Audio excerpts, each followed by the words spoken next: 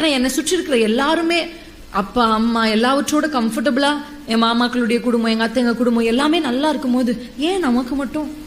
அவங்க எல்லாரை விட அதிகமா கர்த்தரை தேடுறது நாங்க தான். அப்பதான் இந்த பாட்டை பாடிக்கிட்டே இருப்போம். எங்க பாஸ்டர் இந்த பாட்டை அடிக்கடி பாடுவார். பாட பாட ஒரு மூலையில வாலிபர்கள்லாம் ஃபர்ஸ்ட்ல உட்காரணும், கீழே தான் உட்காரணும். எங்க சர்ச்சில் எல்லாருமே கீழே தான் உட்காந்துருப்போம்.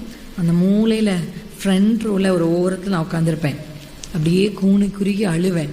ஆண்டவரிடத்துல கேட்பேன், எங்களை நீங்க மறந்துடாதீங்க ஆண்டவரே, தூரத்துல இருந்துடாதீங்க ஆண்டவரே.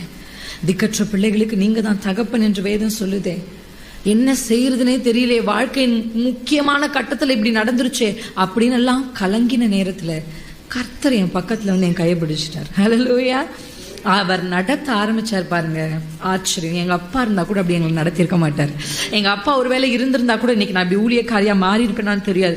எங்க அப்பா இப்படி இருந்திருந்தா கூட